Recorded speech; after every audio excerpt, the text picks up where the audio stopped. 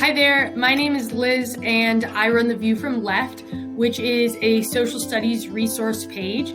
So if you're here, it may mean that you're looking for something new to help turn some of your content on its head. And today we're going to talk about simple printmaking, which is one of my very favorite things. So I hope you enjoy it and can find something useful for your classroom. Let's go. So printmaking is this incredible form of art in which artists use blocks like this one, or maybe like this, to carve designs into. The tools that they use look something like this. They're super sharp. And once the designs are carved, ink is applied using tools like this, and the block is pressed into paper to create something that looks like this. So it is awesome, but also potentially really challenging to bring into a social studies classroom. So today we're going to learn how we can do this using something like this. There are a variety of ways that you can use printmaking in your classroom. There are so many content areas within social studies, and this project is super flexible. So you set the requirements for what you're looking for, and it could be a review of content that you have already studied. It could be a final for a research project. It could be combined with writing, or you could ask students to do a big set. So the way you use it is really up to you, which I think is really awesome. One of the things that I think is really great about this is it pushes students to step out of the box and think about how they might design their print to fit the requirements that you're asking for and to demonstrate what they're learning about. And the other thing that I think is really cool is that I think everyone has the capacity to be creative, and often students get that in art class, but not necessarily in social studies class. So if we can use our content to help push their creative thinking and creative skills, then I think that is something that's truly awesome. Okay, so let's talk about what supplies you need in order to bring simple printmaking into your classroom. The first one is requirements. Of course, your students need to know what you expect, and that can be about what is included in the design, how many prints they need to turn in, if there's writing involved, etc. But before you start having students create design, make sure that they know the requirements, what is expected of them. The next thing is you need paper and pencils for them to be able to develop their design. It could be part of a worksheet, but this is going to get transferred onto their block, so their original design might get torn up if you don't make copies of it. You will also need foam of some variety in order to create the block. This is meat tray from the grocery store. I like it better than foam plates just because it's thicker and it provides a better print. If you ask your friends and family or your students to collect these, they will, and you'll have more foam than you know what to do with. Dull pencil for imprinting. I actually prefer colored pencil just because of the way the tips dull make it really nice for pushing into the foam. A mechanical pencil like this will actually tear the foam and make the students really frustrated. So dull colored pencils are the way to go. You will of course need some kind of paint for the printing and a way to transfer it. You can actually use markers as well, so Crayola markers. But I think paint works a little bit better, so we're going to put that on the supply list. And then some kind of paper for printing. So it could be cardstock, it could be standard printer paper, it could be newsprint or tracing paper, or pretty much any kind of paper that you would like to print on. So those are the supplies that you need. Okay, so next up, once you have the supplies and you've given students the requirements, it's time to develop the design. So the first thing that I do with my students is pass out blocks. Because they come from various meat trays, they can be slightly different.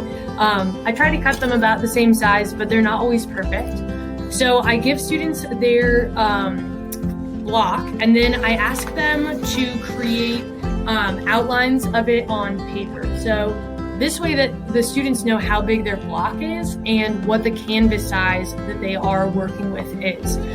So as they begin working on their designs, a few things are really important. Number one, simple designs are best. You will have some students that want to create extremely intricate things. For this and the way that we're imprinting on the foam, simple designs are best. So after they have created their template, usually actually I ask students to create a whole bunch of them so that they can create multiple designs, or if they mess up, they can just restart. It's time to have them create their design with simple, thick lines. So for this example, let's say that I'm teaching geography class and students are responsible for creating a print that could be a postcard or an advertisement for the place that we're studying. So I'm from Colorado, so I just did a quick little mountain scene here for our example. I have nice thick lines here. This is a good example as far as simplicity. I can get a lot more technical. This is what a regular printing block allows me to do. A foam block is not going to allow me to have that level of detail. So if students are struggling, you can actually have them use a crayon to go over their designs, because crayon or like a big Sharpie will force their lines to be thick. So this is what their design might look like after they cover it in crayon, meaning that it is good to go. You may also have some students that are a little bit art hesitant and feel like they can't draw or create or get frustrated because what they are able to put down on paper doesn't look like what they want it to. For those students, I always let them trace elements of their design. Our goal is to put the pieces together to create a print that represents something. I'm not trying to teach art in my classroom. I'm trying to get kids to think creatively. So for me, allowing students to trace various elements when putting together their design has been really helpful. So for example, if this student was really uncomfortable drawing mountains, if they were able to trace that element and then add the sun or put it where they wanted on their block, that could allow them to feel a lot more comfortable. Of course, it's your classroom, so it is your decision. Okay, so next up is imprinting the design on the block. So once students have a design that they're happy with, I usually run a copy for them just in case something goes wrong. They don't have to start all over. And then I have them cut out the design that they've created. And then what you're going to want to ask them to do is lay it on top of the block like this. If you have some tape, you can tape it to the block, which keeps it in place. And that makes things a little bit simpler. Okay, so now that this is attached, we're going to work on imprinting. So I'm going to show you up here so it's easy to see.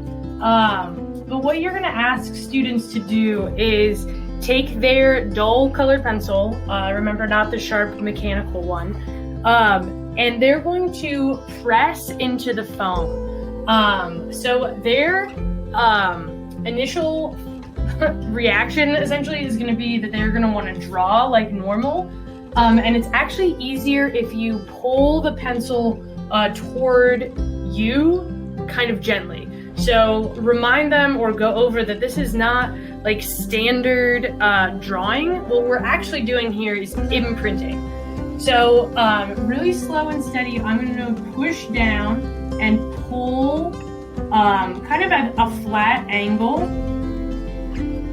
through the foam, and you'll hear it kind of like crunching as you go, which is a little bit funky. But encourage them to keep the pencil at sort of a weird flat angle, and remind them that the goal is to create an imprint and not to draw. So pulling the pencil away, not pushing it like you would normally if you were writing or drawing. And then be gentle and go slow. You don't really want to tear the foam. Some students will tear their design and they'll tear the foam, which will really frustrate them. So I always make copies of their design and then also have extra foam on hand for when that happens. encourage them to check as they go to see how the imprint is going. So you can see how the river here has been imprinted on the foam, which is really cool. So encourage them to do this until the entire design has been transferred. It will probably rip up their original design, so that's another good reason for a copy. But once everything's been imprinted, we can start working on the printing process. Okay, so now my block is done. I went over it again with that same dull colored pencil just to make the lines really smooth. Also, the color helps students see where the blank space is going to be in their print. So now that I have the print, I'm going to do an example of the printing up here. So kids definitely would be doing this on a table, not on a wall, but this will allow you to see. So take whatever paint you have. I'm just using some paint we had around the house here. And you're just gonna apply it to the whole block.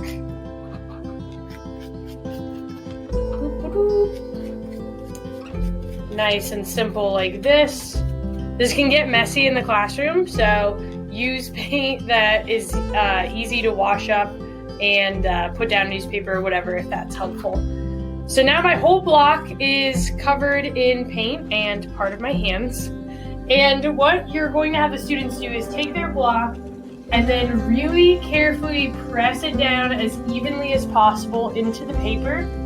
And then just use their hands to put pressure, equal pressure around their block. If they push too hard with their fingertips, they'll dent the back of their block, which you don't really want them to do. So it's easier to coach them to hold the block and kind of slide their fingers around like that. And then you can slowly peel the block up and it will leave an imprint of the design. So this obviously isn't necessarily my best effort because it is up on a wall and not on a table, but you can see my mountains and the design there. So for students, over time, they will figure out what works better for their print creation. So that's why I say have extra paper on hand so that they can work to create multiple prints.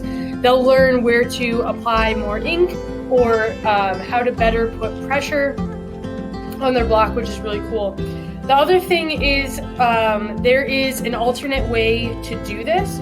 So the other direction that you can go with your print is to put the block down on the table and apply the ink, or the paint in this case, to the block. So we're going to reapply this really quick so that you can see. Trying to be as even as possible to make sure that all of the block is covered. And then instead of pressing down on the block, what we're going to do instead is press down on the paper. So I'm just using scrap paper from earlier to show you this, but you can press the paper down and go over it like this. And if you do this method, one advantage is that you can hold your hand on the rest of the paper, but you can pull it up and see what's transferring. The disadvantage is if students are a little aggressive with the way that they're holding the paper or like pushing into the ink, is they can punch their design with their fingers and create more divots. So if you go this way, encourage them to be gentle, but that way you can peel back your design and see things like this, which is super, super cool. I encourage students to try both methods. Some like this way, some like the other way. They come out fairly similarly, which is really super awesome. Woohoo! So the final thing I have students do before they turn in their prints is sign them and cut them out. So this is the print that we did, or one of the prints that we did. And their title goes kind of right here in the middle. And then in the bottom right-hand side is where they're gonna put their name. So we talked about this being about Colorado. So maybe I'm just gonna call it sunshine, and then I'll sign it there in the corner like this. Whoop. And then you can have students turn in their print or their set of prints with any other materials that you have. So perhaps they did some writing to explain it, or a series of prints, or a combination of all of those things. But once it is signed, it is ready to turn in and get hung up in your classroom. All right, that's it. So now you can bring printmaking into your classroom. I hope you learned something new today, and I hope to see you soon. Happy printing. Bye.